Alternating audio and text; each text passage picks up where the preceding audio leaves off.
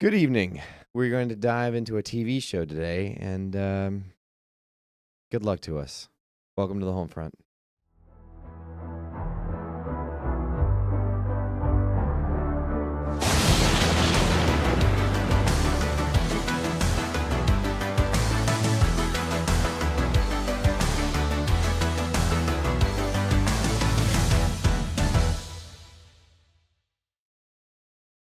Yeah, kind of.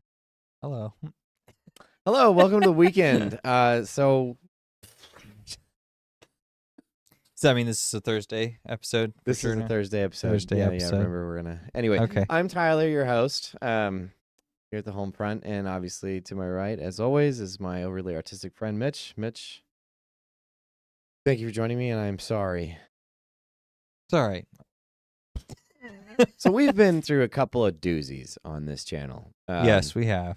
I'm not sure what's the worst one has been. Megalopolis is probably up there. That's the worst. That is the worst.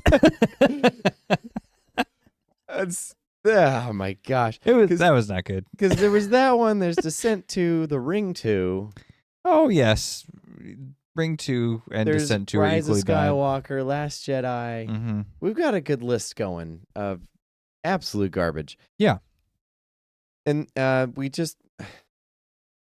This one's not all bad. It's mostly bad, but it's not all bad. Yeah, I have this thing where I guess when I really don't like something or I'm not entertained by something, I sigh a lot. There was a lot of sighing. Did I sigh a lot? Well, you sighed somewhat. You talked at the show repeatedly. Did I? What was I saying? Well, you said things like, all right, I get it. And stop.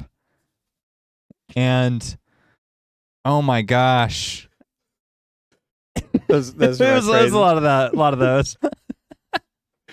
So what did we watch? We watched the Dune Prophecy TV show. It's a new TV show.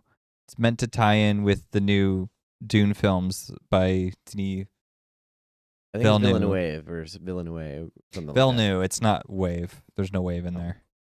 I don't So know how to speak Villeneuve, French. yeah. Sorry. So the new Dune, like Dune and Dune Part 2, this is meant to tie into that. It's like, but it goes way back. It's like 10,000 years before the events of Dune. Yeah, it's like So it's like when the Bene Gesserit started messing with things in order to create yes, that's Paul someday. yeah. But boy, It's got okay. So I think the first thing to address is structurally they had.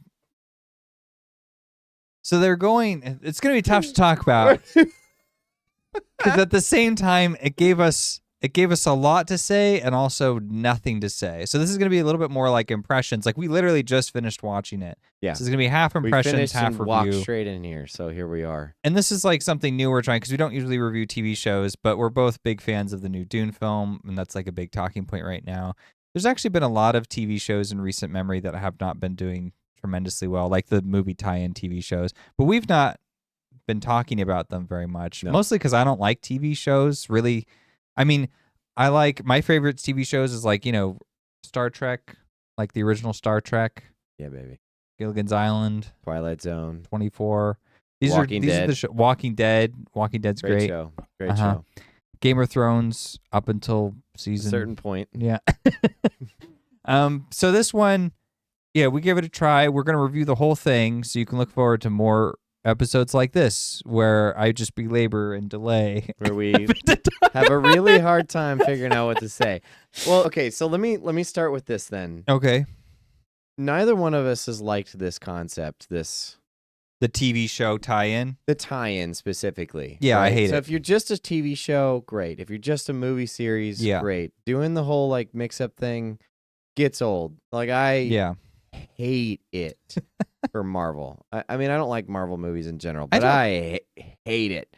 Especially when you make it so you have to watch the TV show in order to understand the film. Okay, yeah. That's the worst. And That's Marvel really is the bad. most egregious with that. Yeah. And then you have stuff like Star Wars. I hate those more than the... I think Marvel Star ones. Wars has more room to do it. Like it provides the universe in order for that to exist appropriately. Sure. If you don't tie them in. When you Yeah. tie them in, then it starts getting old. Like I think Andor is the best TV show of the Disney stuff. Yeah. But tying it into a film is risky. It's like, why would you do it? Just don't. Like, because you're not gonna. I mean, there's gonna be enough bleed over, but it's not gonna be a perfect audience. Like it's not gonna be everybody in both camps all the time. Yeah. Then there's this one, and I don't know enough about Dune, so like I've read the first two. I read half of the third book, but like the first two books, and then half of the third one. So I kind of knew what was coming with the films, and the films are fantastic. Like the budget's great, the director's great, the cinematography is great, the music's great. Like everything about them is wonderful, right? Acting's good, everything's good. Yeah, everything's good. Yeah. So when they came out with the concept, when I saw the trailer for the show, I was like,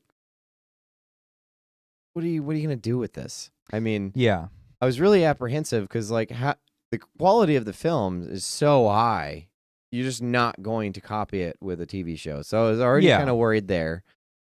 It's not going to be Hans Zimmer, or most likely not going to be Hans Zimmer. It's HBO, but I doubted that Hans Zimmer would sign on to the project, and he didn't, and it shows. So there's that. But yeah, also it's just like, what are you going to do with a TV show? I thought at first they were going to connect the film. Thankfully, they did not. So there's a positive. That is a positive, yeah. They just go 10,000 years in the past so that that way they can tell whatever the story they want. So it's like a Bene Gesserit kind of origins story, I guess. That's what I'm getting. So we just watched episode 1. That's all we've seen. Yeah, so this is just our thoughts and our review on episode 1. Yeah. And then we're going to do the whole series. Although maybe I shouldn't say that because maybe we don't want to after this first We get to 3 and we're like, screw it. No, we're done. Yeah. So let's do this then. Okay. Let's talk about what we liked. It's going to be a short list, but what do we like? Well, the production values I liked a lot. I thought the sets were amazing. The cinematography was, I mean, there were some weird shots we'll talk about later. But like for the most part, I thought it actually looked really nice. And it had the same kind of like palette that Dune has. So they were very faithful to the way the Denis films look. And the costumes are great. And like just everything on like a visual perspective is just like, ooh, like this is cool. Yeah. And it doesn't feel TV. Like sometimes stuff will be like, the quality had to hurt a little bit because it's TV. Sure. But it didn't. I think they hit that pretty well. It felt like Dune quality movie just in like on a TV screen. Like you could have watched this in the theater. It would have looked pretty cool. Yeah. For the most part. The story stuff is where it's a problem because then it doesn't like match the visuals are giving you something that's better than what the content of the story is doing. That's fair. Which the Dune films don't have that problem. This one clearly does. So you're going to feel that contrast, but I just wanted to be clear, like for like all the production crew, they were on top of it. It's like they studied the Dune films, or they were people taken from Denis' picture to work on this specifically. That's what it felt like. Like it was that faithful to it, I felt. Yeah, that's fair. And I think so. Production value is great. Production value is great, and costumes are great. Yeah. Most of the cinematography, I could agree, it has a couple weird shots, but those are like weird pretty easily. Yeah, for the most part, it's nice. Yeah. So I'm trying to think. Well, now you give me a nice thing. You kind of took them all. What do you want? Yeah, I think that's pretty much all that I could say. Agreed. It looks great. Yeah. It clearly has a pretty big budget. I mean, it's HBO, and it's got the Dune name behind it.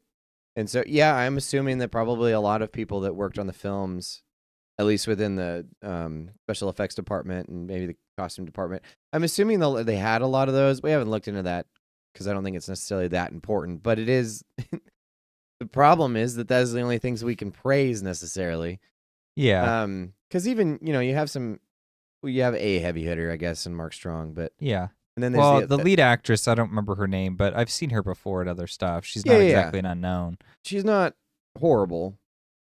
I think the problem is that there's not enough source material because I'll wait on that. Just I mean, there's other good things about it. Like it's not like it wasn't like so cringeworthy bad as a lot of other stuff that I've seen. Even just like snippets of it, like you need to do better, Senator. That's my favorite line. That is my all-time favorite line in anything ever. You need to do better. You need to do better, Senator. I want so bad. Speaking of which, the trailer for Captain America came out, and I just really hope that Captain America goes up to the president and is like, "You need to do better, President." Anyway. Yeah, I know. I want to see. I'm gonna go see the movie just for that. Just for that. Just to hope. Come on. Give me what we want. So cringe. So for this film or for this show, it wasn't cringy. They were trying to There's one or two moments that are kind of weird, but like, yeah. As a whole, here's the thing: the way that I could best describe it is just a muddled mess. It's really a mess hard. of thoughts and different trajectories, and they didn't make it clear how or why they connect. They were just like, they're all here because these are all Dune things. Right. Here's Dune things. You like things that happen in Dune. Here they are. And they just, they kind of... Political intrigue. There's some political intrigue for you. Bene Gesserit's like mixing stuff up. And then you're like, well, what does this all have to do with? They're like, we're not there yet. Conspiracy. Well, that's the thing. It's too much of that. For one, we're just going to jump in the negative because I can't think of any third. So for one, it's the beginning, like 5 minutes is just, it's just a stream of exposition. Yeah, it's like, stop giving me, just stop it. It feels like the first part of Lord of the Rings without the charm of Lord of the Rings, you know? Yeah. Where it's like, last alliance of men and elves. Like this one, it's just kind of like, when Mother died, and then it shows Mother dying. It's like, well, why didn't you just give me her dying? Why do you have to talk about it? I don't need to talk about it if you're going to show it to me right after. Well, it does actually negative things for the story because then it's its effort to try to explain to you who these characters are. I don't know if she's even the main character. I don't know who the main character was. I thought it was like the Bene Gesserit head mistress lady, but the Reverend Mother, but I'm not sure. But anyways, she's the one we start with. It's her backstory and how she kind of takes over. And apparently she like makes the voice. So there's she develops the voice or whatever. But like it's a bunch of answered questions to things that didn't matter to be answered. Like they didn't have to have an answer. Like the fact that she develops the voice, I'm like, how? That just like rose more questions. She's like, I learned this. I've been training this skill. Yeah, she just uses it on someone, and they're like, "What is that?" And she's like, "I might teach you." And it's like, she's like, you should do my thing, right? Go with my ideas, because then I'll teach you this. How's that for leverage? I would have preferred a show about her training the voice, like learning how to use the voice. Like that sounds more interesting right away. Yeah, yeah, that could have worked. I mean, I'm not against the idea of like doing this dark backstory and you see cool Well, the Bene stuff Gesserit happen. are inherently interesting. Yeah. And they're the ones that are pulling the strings and levers in politics. But apparently what I'm getting from this show is it's just about them manipulating bloodlines and marriages and trying to facilitate this perfect gene pool or whatever it is that they're trying to do. Sure. So like, but it's all super muddled and all this other stuff that's just kind of happening. And like you said, there's no clear line of, usually there's something there that you can follow. Yeah. And then you're kind of just picking up all the pieces as you go along. But for one, they like dump a bunch of pieces on you in the beginning with all the exposition. But none of them matter. None of them like follow through in any kind of coherent way. The only thing that you could really pick up on was that this appears to be a couple thousand years after the war with Skynet, because we're now against the machines, and machines have been outlawed because they're this evil thing. And so now we have this like Star Wars prejudice where like a robot's introduced and like, wow, we don't serve their kind here. I was like, what? Well, but that's that. Okay. That's true of Dune lore, though, isn't it? I don't know. It is. Like I said, I don't know about Dune lore. What I do know is that was the only thing I could latch onto that made sense throughout. Because they start with that. They start with like the machine wars, and then they introduce a machine and how everyone's prejudiced towards it. It's not a bad thing. Yeah. I'm just trying to like figure out, well, what is this show about? Yeah. So in breaking that down, that opening with the machine, because the prologue is like two halves. Half of it is like the machine battling. Right. And then the other half. The history of the wars. The history of the wars. And that stuff I thought was fine. That stuff mattered, I felt, because it mattered and it was coherent. Yeah, it's coherent and it does serve a role in the story, especially because a machine shows up later. Someone actually has one. So that's like, whoa, like these things are supposed to be outlawed. They're forbidden. And that's interesting. That was an interesting part of the show. I'd be interested in more of that. Yeah, agreed. So I felt like that was them setting the stage. So that way, when that scene happens later and it's revealed that there's a machine and someone had it, it's not like drawing as, why is everybody upset about this? It's, because of the past. Agreed. So I felt like that was useful. The other part, though, is just establishing this other character. And she just tells us who she is in a monologue. She's like, I'm this way. I think this way. This is what we should do. And Reverend Mother like appointed me, so when she dies, and I'm gonna become the next one. And apparently, there's this rivalry between another woman that thinks she should be Reverend Mother, but that's not fleshed out at all. She kind of just kills her, and then we move on. It's like, well, I'm more interested to see what the competing philosophies were. You barely got any of that. You just kind of be like, well, I guess we'll get her now. I don't know. I would have preferred more of the politics behind. Yeah. Because it seemed what they were setting up, or what it seemed like they were setting up, was when this Reverend Mother died, it like created this power vacuum. Yeah. And competing ideologies were going head to head. And like that seemed like the interesting part, and then they just kind of like eliminated it immediately. Yeah. I kind of wanted to know what the competing ideologies were. Was she against the Reverend Mother, and then this one wasn't? Or did they interpret her differently? Like, what's the goal here? I feel you don't get any of it. Yeah. I honestly wish this show would have taken, I guess it's so early, it's so mean to be throwing something like this at it, but I wish this is your pilot. If you don't hook people, they're not going to continue watching. Right. That's a good point. I don't know why they didn't just shoot it like Game of Thrones, where they're like, okay, here's a full episode just on all the backstory of this political dialogue of the Bene Gesserit. Then it stops. That's the end of the episode. And then next episode, we're talking about like Richeese or whatever, the Cheez-It faction and the princess and like the political squabble with that. The 35-year-old, 9-year-old kid, you mean? Yeah, or something like that. Just because like Game of Thrones, I know they have multiple stories running at once that you get in it. But like I'm kind of thinking of like George R.R. Martin's books also, where he kind of was like, oh, here's the trajectory for this character for that whole chapter or a chapter. Now moving on, do the same thing again. And they kind of needed to make sure every aspect like this is like fully developed. Because I mean, here's the thing: we have the Dune movies, so what you're doing is to add like substance to the world. Right. That's your goal here, as I see it. So if you're gonna if you're gonna do a show, because then you have space to do it. Right. Yeah, because then you have time to actually explain this stuff. And if you want to do that, that sounds great to me. But we need characters to follow, and we didn't get any of that. Like, no one was fleshed out. Who's the main character in this? I have no idea. It's either the princess or it's the Reverend Mother, right? It has to be one of those two. Well, you could also make an argument for the Duncan character, whatever his name is.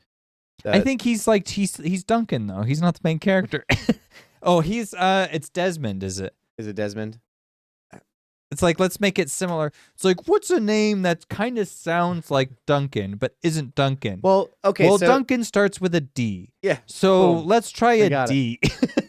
Well, the thing about Game of Thrones is actually a pretty apt comparison, because here's the thing with it, that Martin does, and that the show actually emulated pretty well, is that there's clearly a lot of established history with these characters that you don't get to delve into right away.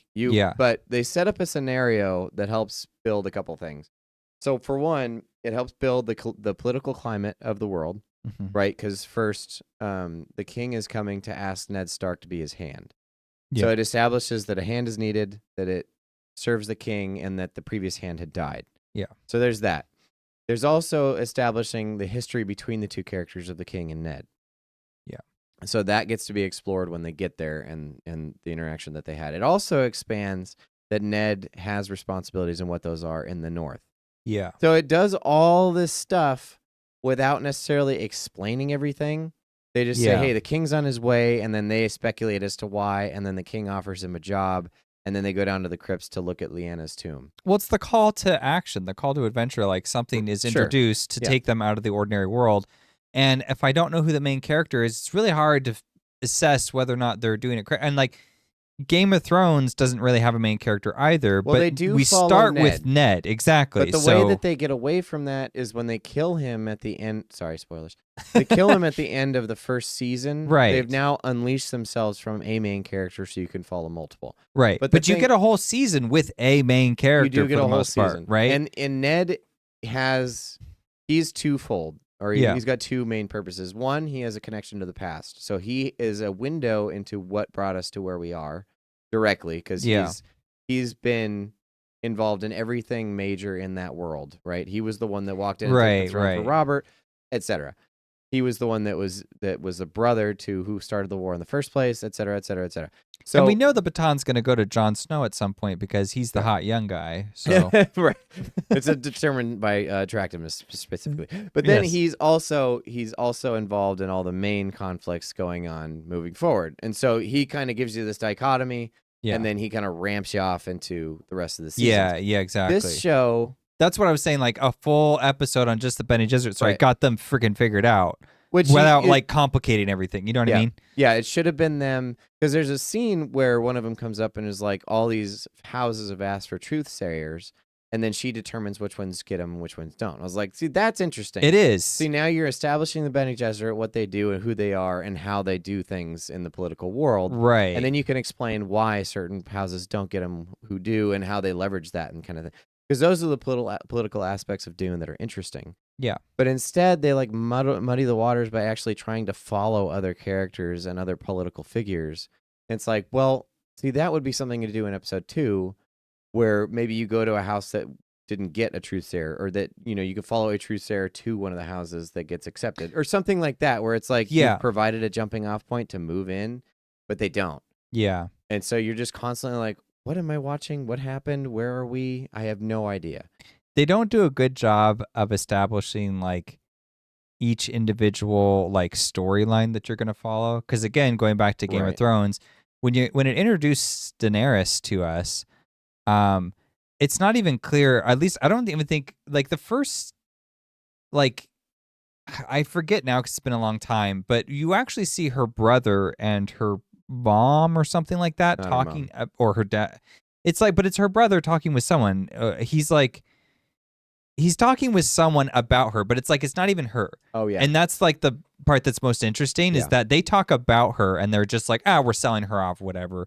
And then you get to see that happen. And then you get to see her kind of twist the situation to take advantage of it, get into a position of power, and then you follow her story from there. But that kind of set a clear tone like, oh, she's just property to these people.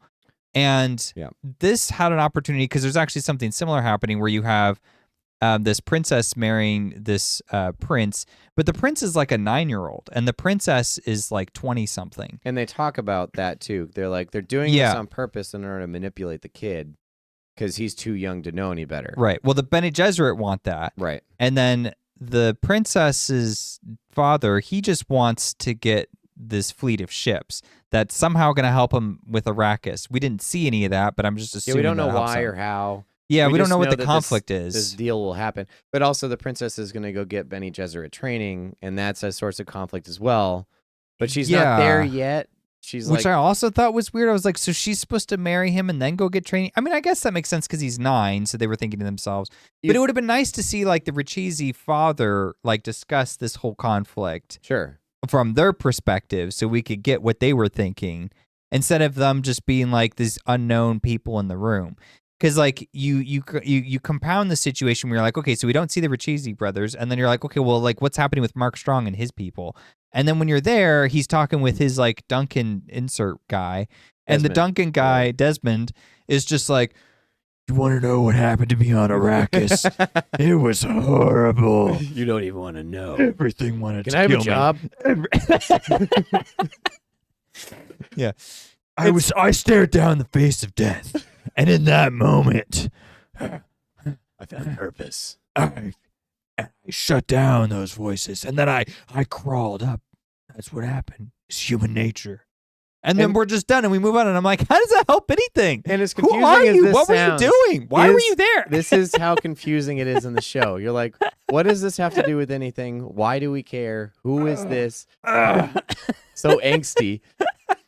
But yeah, and that's the thing. And none of it's clear. It doesn't introduce people properly. It just kind of like you get thrown into these situations. You're like, who's this? I'm still trying to figure out who Mark Strong is. He the Emperor? I don't know. I think he's the Emperor, or he's just He's just the leader of some house. But I'm pretty sure he's Emperor because he's. Well, yeah. I mean, he's in charge of Arrakis. No, he's not Atreides because his sword master's Atreides. That's just Okay, I didn't catch that, but that doesn't matter. See what I'm saying?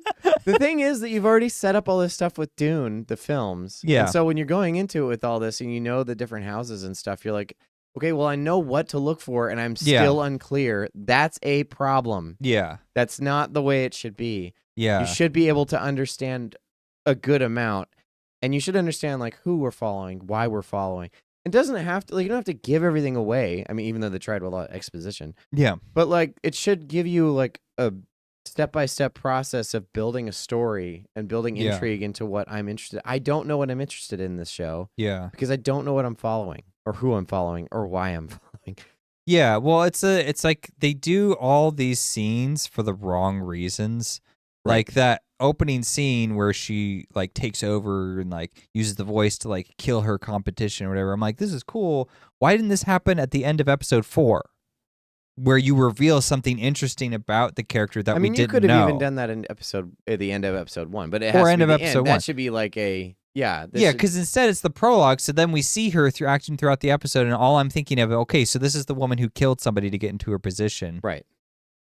It's like, but this doesn't matter to anybody really, because nobody really sees it that way because they didn't see it happen, and it was 30 years ago. So I'm like, did I need that? Like, what did that tell me about the character that was so... And, like, I don't even know why. Like, I don't know why she killed her. Right. I mean, I get she disagreed with her, but I don't know what she disagreed about. What was the Codex thing? It was the gene thing, that the gene information that the Reverend Mother had compiled. Yeah. That she was going to go destroy. I'm going to destroy her life's work. But you don't understand why. You're like, why are you destroying this? That made no sense. I was like, because it seemed like she had more reverence for the Reverend Mother. Right. So why would she destroy the Reverend Mother? She waits until she's dead and she's like, all right, off with her work. We're done. Yeah, I was like, it just why? You didn't understand any of it. It would have been more interesting if you didn't see any of that. And then like that backstory is progressively revealed throughout the episodes. Because then you could be like, you did something that no one understood that day, and we all want to know what that was. Or maybe they claim it's witchcraft or something, and that's how the Bene Gesserit gets switched. I don't know. It was too unclear. It doesn't seem like it has a clear purpose. Mm-hmm. It feels purposeless. The whole episode did. Yeah, I mean, so she has... So it's the gene pool thing. Why do we want to do this? Like... Again, I know Codex, why I think in the is what it movies, was. or the Codex. I know in the movies why. Yeah. But the characters never really justified that. She's just like, oh, we're going to mix genes and then we'll have like a female emperor. We'll put one of us in charge. Which, yeah, okay. But it was doesn't like... explain why or how. But why does she care? The only thing I got is that she's Harkonnen. And I thought, oh, well, maybe she's just like... Harkonnen, gotta take evil. over. Well, I mean, kind of, because like one of the conclusions I got from the movie from Dune 2, which, at some point we'll have to review that one. Yeah. But one of the big reveals in that movie, if you've not seen it, this is a spoiler, but you should see it. Paul Atreides is like half Harkonnen. Yeah. And that was an interesting revelation because he's doing this like coup and he's killing people and he's like taking everything by force. It's a very brutal, violent like way to go about this, right? It's not diplomatic at all. And the fact that it seems like, because that's how Harkonnens behave. And then now that he's Harkonnen, at first we were just like, well, he's Atreides, so it's like whatever. And then it's like, well, he's Harkonnen. And so then it makes you pause and go, is this like a Harkonnen thing? Right? And so when she says that, I was like, was this a Harkonnen thing? Well, again, they have set up notions based on people that have seen the film or read the book, and they weren't playing to them properly. Because it's like, well, why is it important that she's in Harkonnen? I mean, she acts a little brutal, I suppose, but you still don't understand. Well, why is this important? So, it is. I know we've hung up on like the beginning, but like this is like the fundamental. Like, I'm trying to because then after this point, it's just a bunch of scenes. Yeah, and you're it's like a bunch of very disjointed plot lines that are very difficult to follow in any kind of real sense. It's not. It feels the episode feels unfinished when you get to the end because it feels long. Like you're like, oh my gosh, this should have ended 15 minutes ago. But when you get to the end, you're like, I don't understand what I was supposed to have gotten. Because each episode should have a through line, like something that it conveys clearly, but also leaves you with some kind of, all right, this episode 2 is coming and it's going to answer this question, right? But this one didn't do that. And so at this point, it didn't make me want to watch any further episodes, I will say. Like, there's not anything there that propelled me into the next episode. It just was kind of like, all right. Because the thing about when you watch Dune 1 and 2, the Bene Gesserit are all female. Yeah. And they harp on Jessica for creating Paul. Yes. Specifically because he's a male. And then it furthers those themes in the second one because he's supposed to go on this journey that would kill normal males. And so there's a clear distinction between the genders with some of these roles. Yeah. And so it's like, well, he's got to take the water of life, but Jessica clearly states in multiple scenes that would kill men. Yeah. And so it feels less like a political statement and more of like, this is part of the world and you don't quite understand why. Because they don't explain it to you, they just say these things. Yeah. But it's something that you accept. This one seems like it's trying to set up those themes, but it's not giving you an information that you didn't already know. Well, you can't do the same thing. In a movie, we can forgive some of that because we know there's not enough time. And so you're much more reliant on like the spirit and the intent and like the music and montage and things to keep us moving. Yeah. And it's not like they're trying to be sleight of hand. They're just trying to make it efficient because they can't explain everything. But in this, it's like you have all the time in the world to just explain everything. So explain it to me. Well, and show it to me. Don't just show it. Yeah. Don't just sit there and exposit. It's just there was a lot of that. Oh my gosh, there's so much. And then it's trying to introduce like characters in a Bene Gesserit faction, but you don't really know anything. I mean, one of them's like, it's like, this one's super bratty, and then we move on. And I'm like, and then nothing happened with her. I'm like, so why did I need to know about that bratty girl? Like, what's the point? And I mean, I guess you could be like, well, it's episode 2 and 3, and like she'll have a purpose later. But like, if you're gonna show me anything about the character, then it should be something meaningful right now. Sure. Like Game of Thrones, every episode doesn't show you every single character. It's not like you get to see everyone. It felt like this was like, everybody has to show up in episode 1. Otherwise, the audience is going to be confused. Right. Not going to know. And it's like, we're plenty confused. Yeah. Just make it clear. Make it less confused, on the important characters. And that's all we need. Yeah.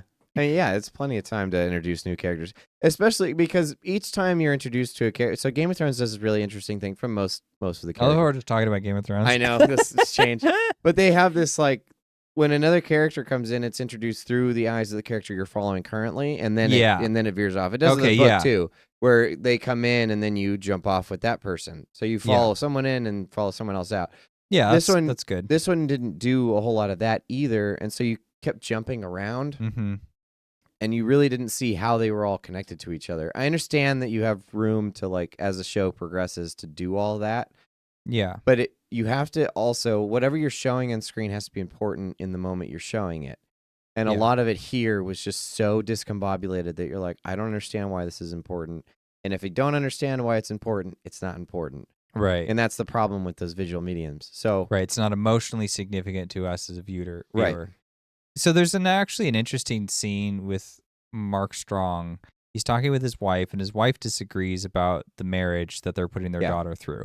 And then the wife says something to the effect of, there was a time when you used to consider my counsel. And then he doesn't say anything. And then she like reaches her hand down and puts her hand on his. And then he's like, well, that's like a long time ago or something like that. And then she pulls her hand away. So that's like a bit of visual storytelling to emphasize like the two are like, and they disagree. Told you plenty without you having to explain it. Right. So that's like a kind of isolated moment. And that's what I'm talking about. It's like I needed a lot more of that between other characters. Yeah. Because there was way too often where they would interact and then I just did not understand. Like it doesn't work that Duncan Donuts over there is just like, oh, like my angst. I'm such a tortured character. Yeah, I'm so tortured. Thanks. And it's like, why? Like he's just venting this to like his king. Yeah, or to anybody. The kid. Yeah. Like, shut up, man. We don't care. I'm like, what kind of a badass does that? Badasses don't do that. They know. Right. They don't care if you know or don't. It's to their advantage that you don't know. We should have painted his hair black and given him some eyeliner. We'd have really nailed him. Honestly, you should have. Like the actor I'm sure he's fine, but he's not doing well.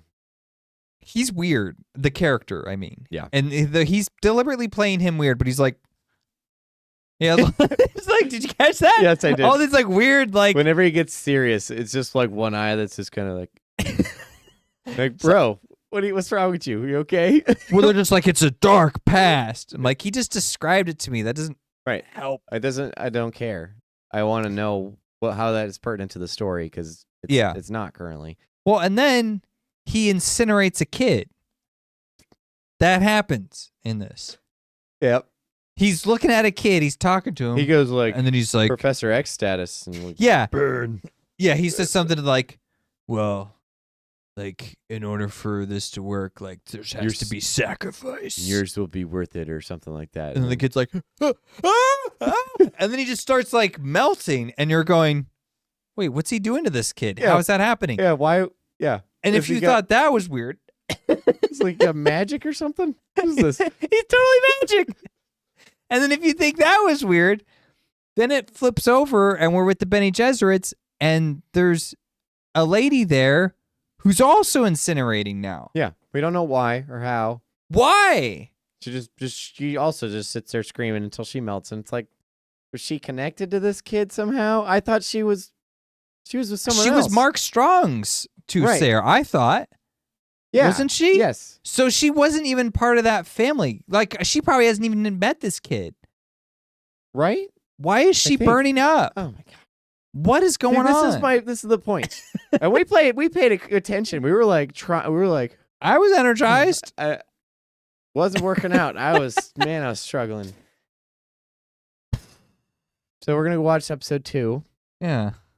I wish I could tell you more. I hate that. Yeah, seriously, I wish we were more unclear. insightful here. Yeah. I just don't even know what's going on. Maybe we'll discover with this next episode. I hope. So do I. This is rough. This is rough. We should probably talk about the princess character a little bit, just so we got kind of covered everything, because she's a big character, and she has a cool moment in this. You got to give her that. So the princess character marries. Oh, okay. The kid. And then the kid, and she's like trying to be like nice to the kid. She's like, oh, like. And he's just a jerk. Oh, he's a total jerk. They like swap these like pomegranate seeds and eat, and they're like. It is, yeah. So there's that. But she goes up and she like starts trying to talk to him because this is like a royal marriage, and so she's trying to like make him feel comfortable. He's like, we don't have to talk. This is just Dad says this is just a formality. It's like, what the hell, kid? Yeah. Be a little nice or something. You're gonna be married to this chick for a while. Right. So, well, he doesn't get the grand context. So it works, and it's also seemed like we got a hint of what his father said. It was like, oh, we're just doing the blah, blah, blah, blah. And he's like... Well, then he's the one that pulls out the robot. Yeah, and he shows the princess, and it like jumps out and she's like, what's that? And then it's like, oh, no. Yep. And so they kill this thing, and then everyone's shocked. They're like, this is forbidden technology. Yeah. So then they hand it back. It's all messed up, and the princess just loses it. She starts walking out, and the kid's like, don't leave me. She's like, listen here, you little prick. It's hilarious.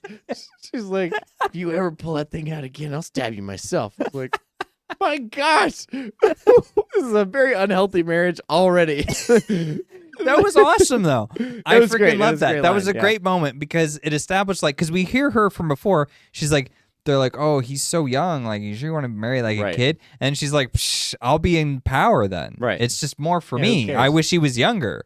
So then I could just manipulate him however I want. He'll grow up the way I want him to. Right, exactly. So you got some insight into her character when she says that. Right. And then you see her trying to butter up and be nice to him. And you're like, okay, I see where she's at. And then he puts up that front and she lives with it. But then he crosses the line with that little probe, the little droid thing. And then she's like, you don't do that. There are rules, kid. You broke them. I'm going to break you. Yeah. So that made her a cool character. And I feel like I get her character for the most part. She doesn't say very much, but every time she was on screen, I felt like, okay, I got what you're about. She felt, probably the clearest. Yeah. Aside from Mr. Angst, but I mean, even him is just like, I don't understand why you're here. I understand you, but I don't understand what your purpose is in this context of the story. Anyway, I think we've gone long enough for the first episode. We're going to watch the second one and hopefully, for the love of God, more clarity. Yeah. I can't promise anything, but we will be reviewing that one as well. So stay tuned for more torment. And honestly, we'll see if we recommend the show after all that. Anyway, thanks for watching. We will be back soon.